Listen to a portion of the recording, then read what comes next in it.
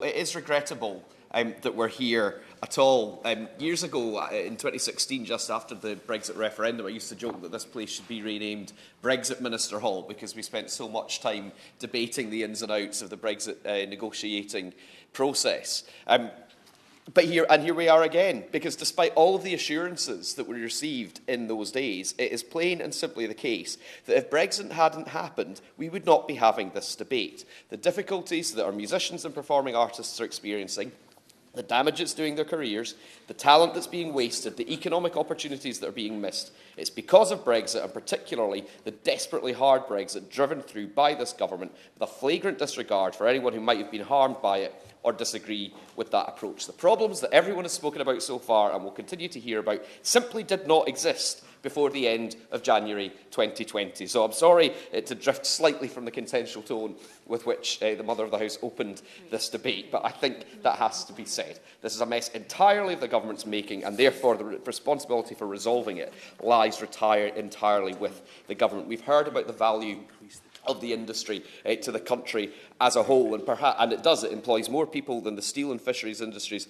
combined, but perhaps because it's not as concentrated, or perhaps because it's not as concentrated in Conservative marginal seats, we're not hearing quite as much interest or action, whereas the summoning of the ambassadors that we've seen recently to resolve certain disputes in the fishing industry.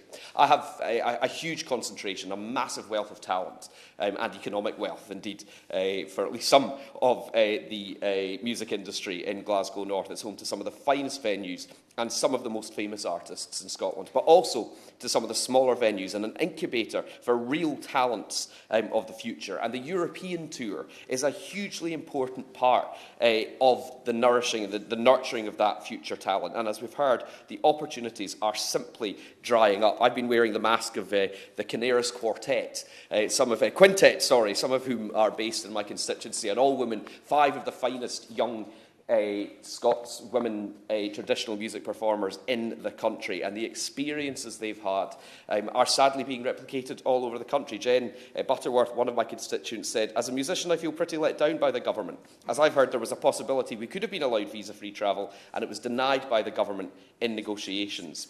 And another said, "We're totally in limbo. Lots of things are in the diary, but we're losing any prospect of reaching audience in Europe. One production which was a main source of income, and now the costs, the hurdles to climb, the uncertainties were just too much of a headache for the French promoters. So they decided to sack all the participants who didn't hold European passports." And I heard of the desperate search for Irish ancestry or some other European connection, because there's now a distinct advantage to having dual citizenship if you're in this country. If you're a musician without that, you're increasingly finding it difficult. And stories of agents simply passing by artists who don't have straightforward visa access to Europe. The fees and taxes, if one of the bands that I spoke to, if they want to go to Germany, they have to pay a 19% tax on any goods brought into the country. That means all their merchandise, they don't know whether they'll sell it or not, but they have to pay that tax up front.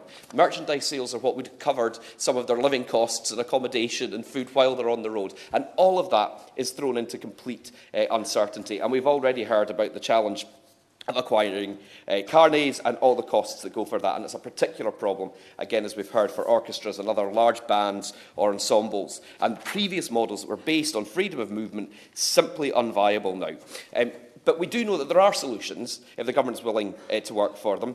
There is a 10-point plan circulated by the Mother of the House's office, which I endorse in full. The government should be meeting with the different industry bodies, the Association of British Orchestras, UK Music, the Musicians Union Live, the ISM, get them all round the table, the Scots Music Forums as well, and hear from them firsthand. One of the benefit of Brexit was supposed to be out the global opportunities, but I don't see EasyJet flights to Australia appearing anytime soon. I'm not sure how anyone's supposed to go on the road to the furthest ends of the earth just to promote their talent. So that argument it simply falls flat on its face. It's not immediately impossible to undo Brexit, but there's a reason why support for independence is growing in Scotland, not least among our cultural and our music sector, because that is our route back in. That is our lifeboat, both literally and metaphorically, to get back across the channel and start to thrive in the way that we ought to be able to.